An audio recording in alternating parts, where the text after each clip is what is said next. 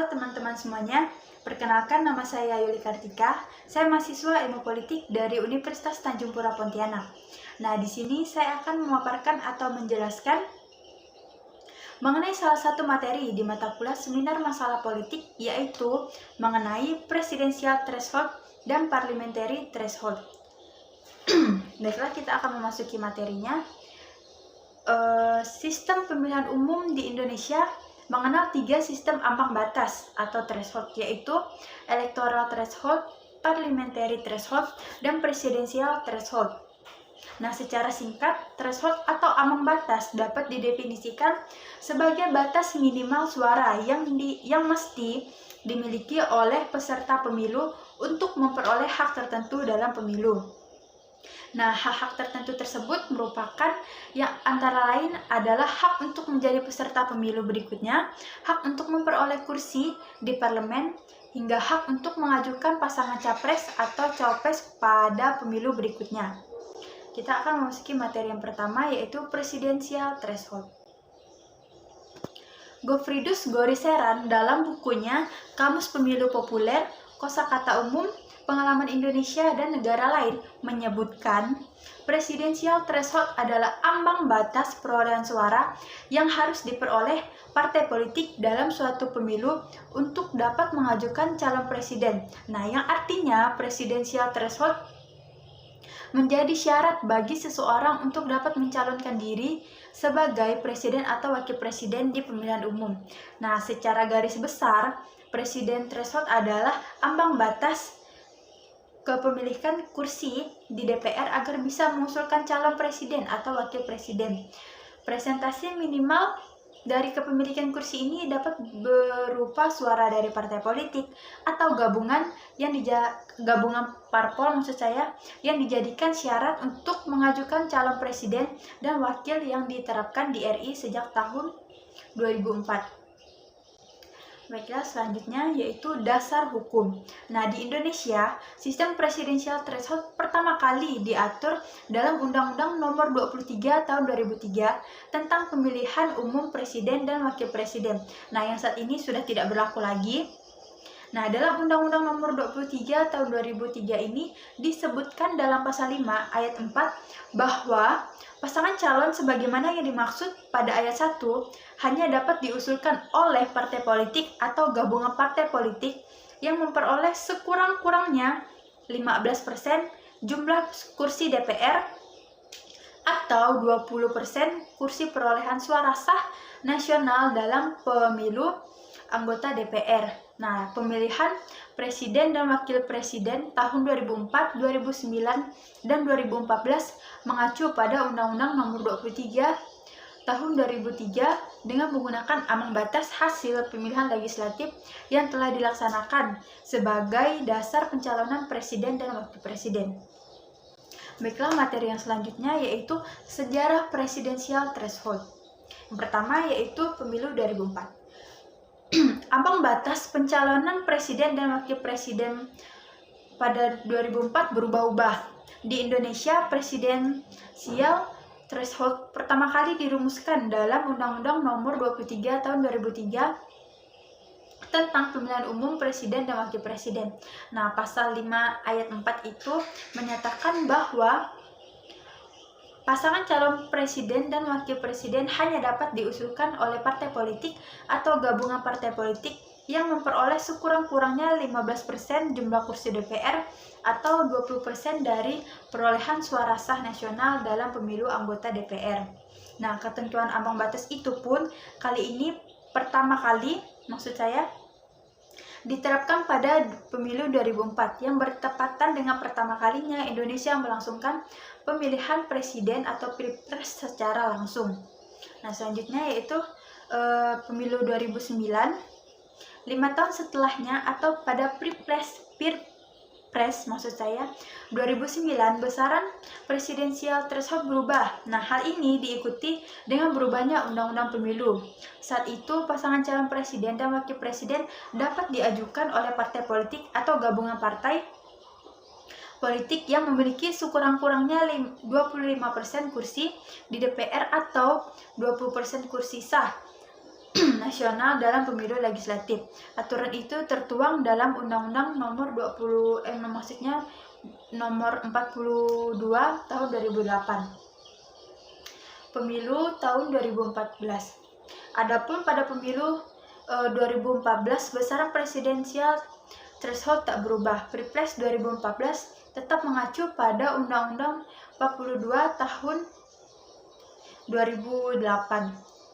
Dengan dasar tersebut, pasangan calon presiden dan wakil presiden diajukan oleh partai politik atau gabungan partai politik yang memiliki sekurang-kurangnya 25% kursi di DPR atau 20% kursi sah nasional dalam pileg.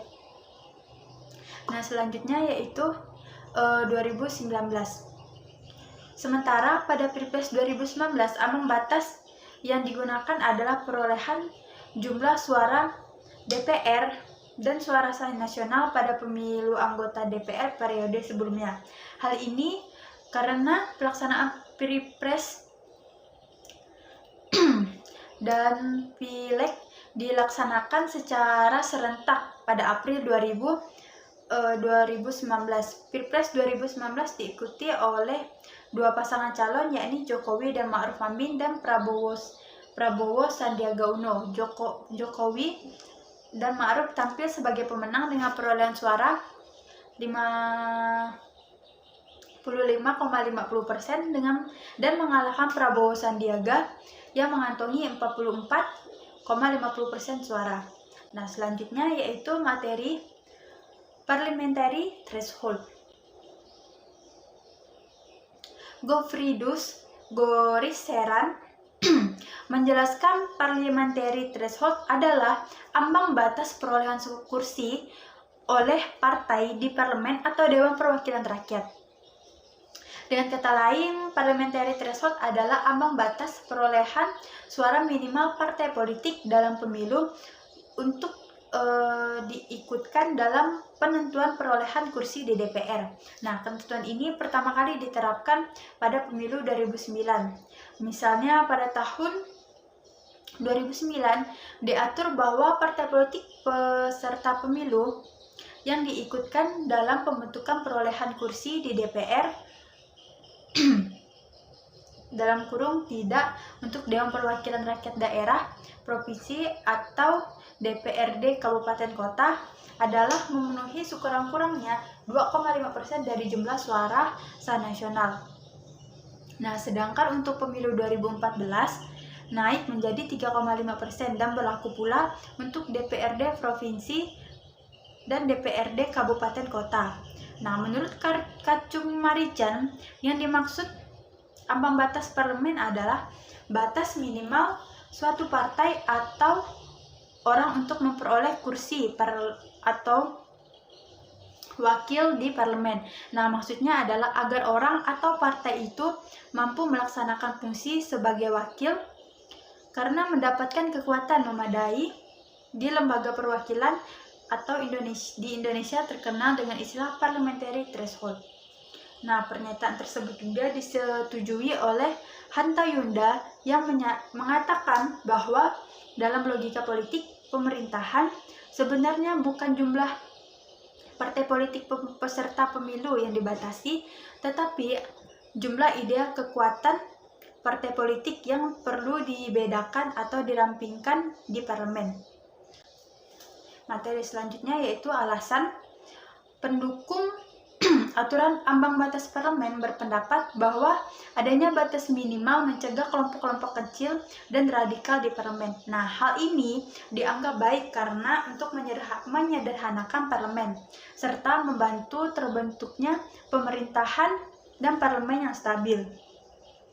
Para kritik sistem ini berpendapat bahwa sistem ini cenderung meniadakan wakil rakyat untuk para pendukung partai kecil.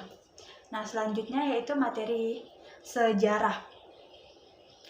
Pertama yaitu sejak pemilihan umum 2009.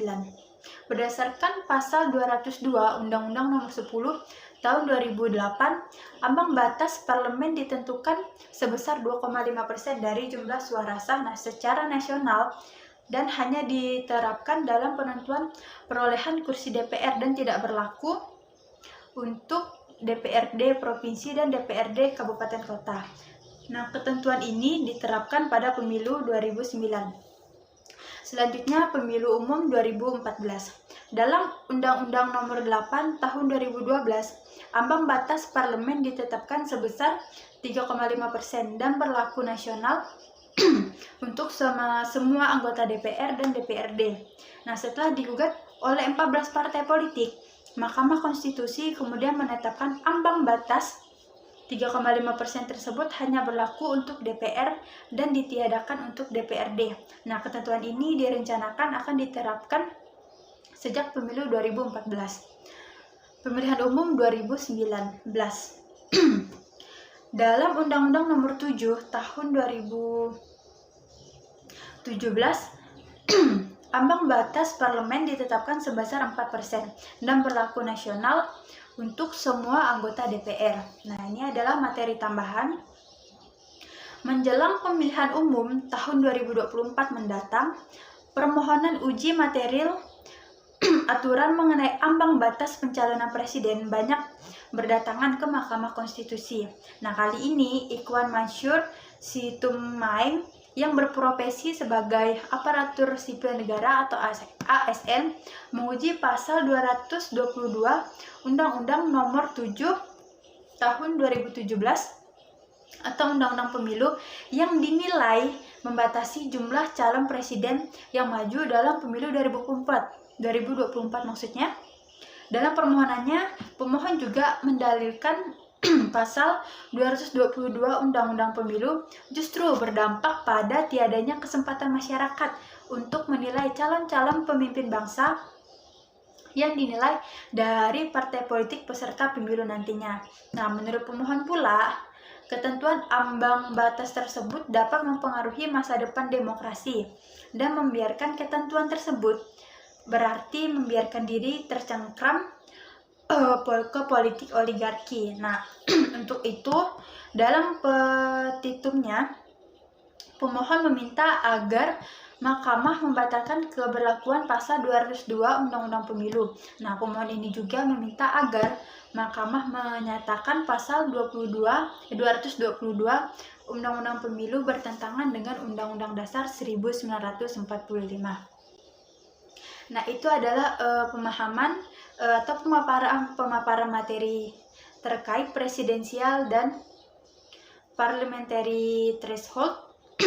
Semoga materi ini dapat bermanfaat bagi teman-teman semua, dan saya juga mohon maaf apabila ada salah kata maupun ada materi yang masih tidak dipahami. Semoga ini bisa menjadi pelajaran bagi saya sendiri, dan terima kasih untuk teman-teman yang tetap setia untuk menonton. Terima kasih. Bye-bye.